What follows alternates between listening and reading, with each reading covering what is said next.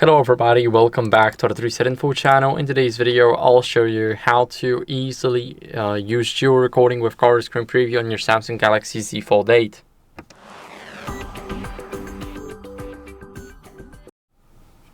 So we're gonna go over and open up, not the settings, but the camera. In the camera, what are we gonna do is we're gonna go and switch to video. Now after we switch to video, click on 4 dots and swipe up until you see this little shape.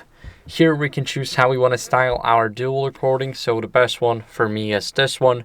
What are we going to do now is we're going to enable the cover screen preview right at the top here. And now we're going to rotate our phone. As you guys can see, this is how our preview looks like. So this is the front camera and the back camera. Of course, we got the preview, we got everything here, and that's how it works.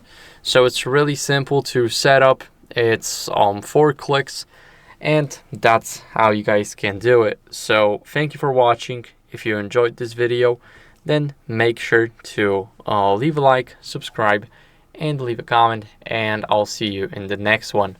Bye.